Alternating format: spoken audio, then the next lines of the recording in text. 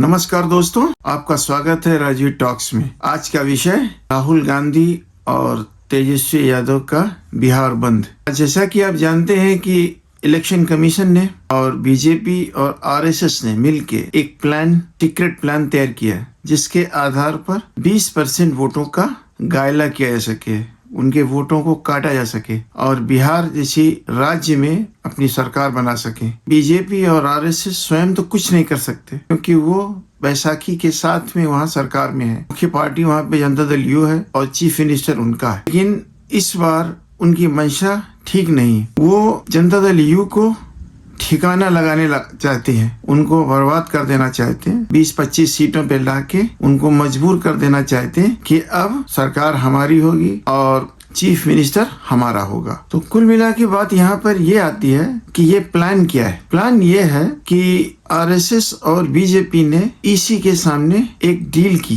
कि आप हमको ये राज्य जिता दो और उसके बदले में हम बाद में देख लेंगे। तो इलेक्शन कमिश्नर ज्ञानेश कुमार जी तत्परता के साथ में जुट गए। आपको मालूम है कि इलेक्शन अक्टूबर और नवंबर में होंगे इस साल के अंत में, और अभी भी 4 महीने बाकी हैं। 4 महीना पहले उन्होंने एक फरमान यानी तुगलकी फरमान जारी किया कि सभी लोगों को अपने वोटों के अधिकारों की पुनः हम जांच करेंगे, क्योंकि इसमें बहुत से घुसपैठिए हैं। कौन घुसपैठिए है, कौन से लोग इंडियंस हैं, उनकी हम जांच करेंगे। यहाँ तक तो ठीक है, लेकिन उन्होंने जो ये कहा है कि हम 25 दिन में 8 करोड़ लोगों को हम जांच कर लेंगे। जब इतना भारी विरोध हुआ तो उन्होंने 5 करोड़ लोगों को छोड़ दिया कि जो 2003 तक वोट देते आए हैं, छोड़ देते हैं, वो अपना मत दे सकते हैं, उनको कुछ भी करने की जरूरत नहीं है। लेकिन उन्हीं के घरों में नए युवक हैं, युवतियां हैं, और उन लोगों को वोट देने के लिए ये साबित करना पड़ेगा कि हम नागरिक हैं बिहार के, इस देश के कि नहीं। तो इस पर बवाल मचा हुआ है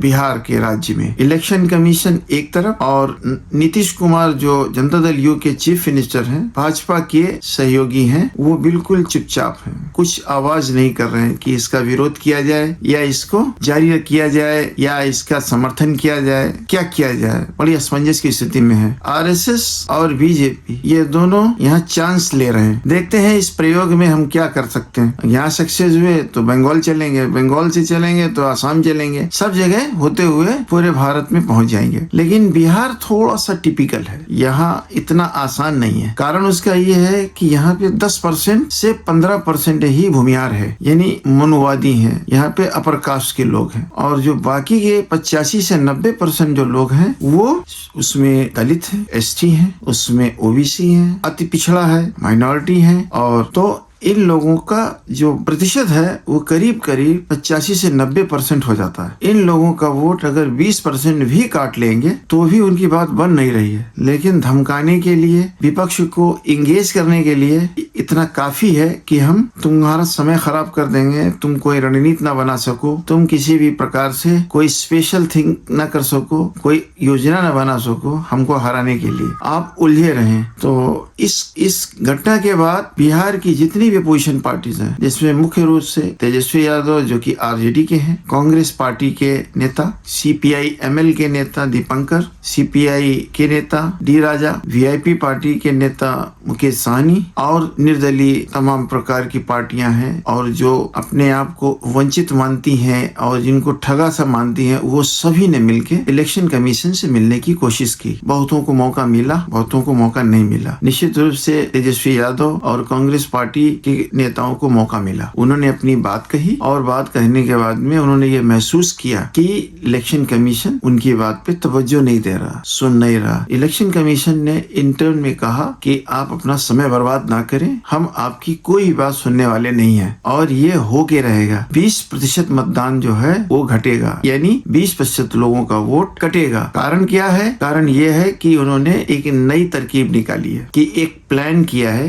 कि ये 12 प्रकार के कागज दिखाने होंगे। 12 प्रकार के कागजों में आपको अंदाजा लग जाएगा कि किस प्रकार के कागज मांगे गए हैं और किस प्रकार के कागजों को शामिल नहीं किया गया। पासपोर्ट को बनाने के लिए आधार कार्ड चाहिए, आधार कार्ड को शामिल नहीं किया गया। पासपोर्ट को सबको शामिल किया गया। हाई स्कूल यानी किसी भी विद्यालय में एडमिशन लेने के लिए आधार कार्ड चाहिए। वो विद्यालय की मार्कशीट को माना गया है, लेकिन आधार कार्ड को नहीं। किसी भी बैंक में खाता खोलने के लिए, किसी भी बैंक से लोन लेने के लिए, किसी बैंक में जमा करने के लिए आधार कार्ड की आवश्यकता होती है, उसको नहीं माना गया। और आधार कार्ड के लिए उन्होंने किसी भी बैंक का कोई भी कार्ड भी नहीं मान रहे हैं वो, जबकि खोलने के लिए आधार कार्ड चाहिए, नहीं मान रहे हैं।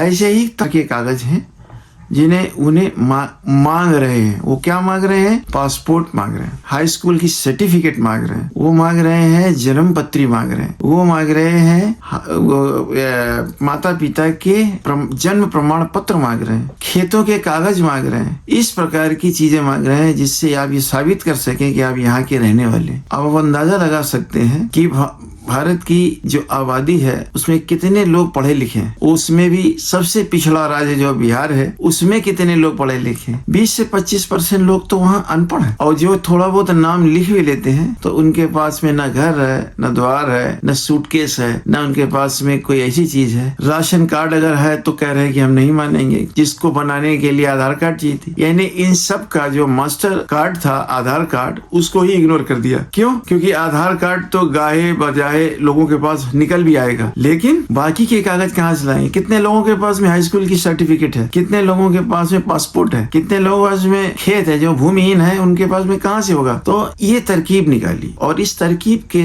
सहारे जितने भी गरीब लोग हैं, जितने भी पिछड़े लोग हैं, जितने भी माइनॉरिटी के लोग हैं, उन लोगों के वोट काटे जाएंगे। ये निश्चित है कि उन वोटों में महागठबंधन का वोट ज्यादा था, और जो बचा वो था जनता दल यू का। तो उन्हें जनता दल यू को भी ठिकाने लगाना है और महागठबंधन को भी ठिकाने लगाना। तो ये दोनों चीजों के लिए उन्होंने ऐसी भूमिका बनाई कि वोट ये कट जाए और बराबरी पे आके रुक जाए, क्योंकि इसके बावजूद भी लोगों की नकारात्मक दृष्टिकोण में इनके खिलाफ वोट जाएगा। तो इन्होंने प्रयोग ऐसा किया है कि वो पीछे नहीं हट रहे। अब इसका निदान क्या है? उन्होंने तो मना कर दिया, इलेक्शन कमिश्नर इन्होंने मना कर दिया कि हम आपकी कोई भी सहायता नहीं कर सकते, ये आपको करना ही पड़ेगा। अब इसके विरोध में दो काम हुए। एक, याचिकाएं जा रही हैं सुप्रीम कोर्ट में, और सुप्रीम कोर्ट आज इनकी सुनवाई करेगा, आंशिक रूप से सुनवाई करेगा। 1 या 2 याचिकाओं पे बात होगी, और बाकी की याचिकाओं पे हो सकता है कि 1-2 दिन में बात हो या अगले पखवाड़े में हो। तो याचिकाकर्ताओं ने क्या मांगा है कि इमीडिएट उनको राहत दी जाए। ये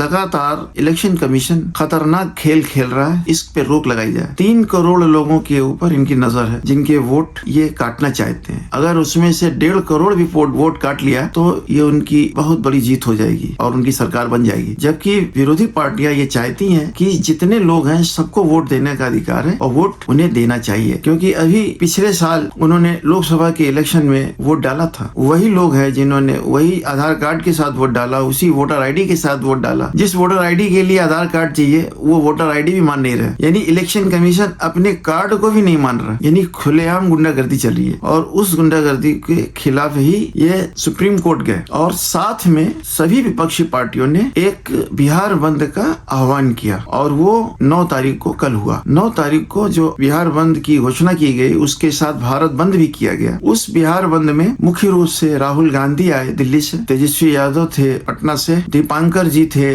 ML से, CPI ML से, डी राजा थे CPI से, और AVP पार्टी के थे मुकेश सहनी, और भी वामपंथी दलों के साथी थे। साथ में निर्दलीय लोग भी थे, निर्दलीय MP भी थे, पप्पू यादव भी थे। तो कुल मिला के क्या हुआ कि कल जो मार्च निकाला गया, जो विरोध प्रदर्शन हुआ है, वो केवल पटना में नहीं था। राहुल गांधी समेत सभी विपक्षी नेताओं ने कल पटना में आंशिक रूप से विरोध किया इलेक्शन कमीशन के खिलाफ, और इलेक्शन कमीशन के दरवाजे तक गए। 100-150 मीटर के पास में ही उनको रोक दिया गया। वहीं से उन्होंने अपना भाषण दिया और ये मार्च को खत्म किया। इसके साथ में कम से कम नहीं तो 7 जगह रोड जाम हुए, 7 जगह ट्रेन रोकी गई, बड़े बड़े शहरों में चक्का जाम हुए। यहाँ तक कि किसानों ने भैंसें बांध दी सड़कों पे, किसानों ने अपनी बिस्तर लगा दिए, जिनकी ये रिपोर्टेड घटनाएं हैं, और जिनका कोई भी वीडियो नहीं आया, जिन्होंने कोई भी अपना जो वीडियो नहीं जारी कर पाए हैं, वो उनकी बात अलग है। तो इस तरह से बिहार में जो बंद हुआ है वो सक्सेस बिहार में ज्यादा मिली है वनस्पति भारत बंद में। और अभी बिहार की सक्सेस ज्यादा जरूरी थी, क्योंकि बिहार में इलेक्शन होने वाले हैं और बिहार से आगे बढ़ेंगे तब वो बंगाल की तरफ जाएंगे। तो बिहार, बंगाल, आसाम, या भी इसी बेल्ट को पूरी तरह से फोकस किया गया था। और इस सक्सेस के बाद अब इलेक्शन कमीशन दुविधा में है। पीछे जाते हैं तो उसकी साख गिरती है, आगे जाते हैं तो सुप्रीम कोर्ट सामने खड़ा है। तो अब वो समझ नहीं पा रहा है कि करें तो करें क्या। तो राहुल गांधी ने गदर मचा दिया। कल राहुल गांधी के भाषण में साफ साफ एक चेतावनी थी इलेक्शन कमीशन को, इलेक्शन कमिश्नर को और जो लोग उसमें शामिल थे कि कानून से बड़ा कोई नहीं है, कानून आपको छोड़ेगा नहीं, विपक्षी पार्टियां भी नहीं छोड़ेंगी और कानून भी नहीं छोड़ेगा। तो इसलिए सुधर जाओ, संभल जाओ, ऐसा काम करो कि जो बाद में तकलीफ ना हो। तो इस विरोध मार्च के बाद सत्ते में है बीजेपी, आरएसएस, और उनका एक आरएसएस का विंग बन चुका है इलेक्शन कमीशन। ये सत्ते में आ चुके हैं कि अब क्या करें। इनकी गुप्त बैठकें चल रही हैं कि अब हम कैसे इस समस्या को सॉल्व करें। आपने तो बहुत आगे पहुंचा दिया मुझे, हमारे पास में कोई ब्लूप्रिंट नहीं है। तो अब देखते हैं आगे होता क्या है, लेकिन संभावना ये है कि कुछ न कुछ रास्ता जरूर निकलेगा। आधार कार्ड के ऊपर ये सुप्रीम कोर्ट में जरूर चर्चा होगी कि आधार कार्ड को आप निगलेक्ट नहीं कर सकते, वोटर कार्ड को आप निगलेक्ट नहीं कर सकते। अब देखते हैं, सबकी आंखें वहीं लगी हुई हैं। आज का वीडियो आपको कैसा लगा? अगर पसंद आया हो लाइक करें, सब्सक्राइब करें। धन्यवाद।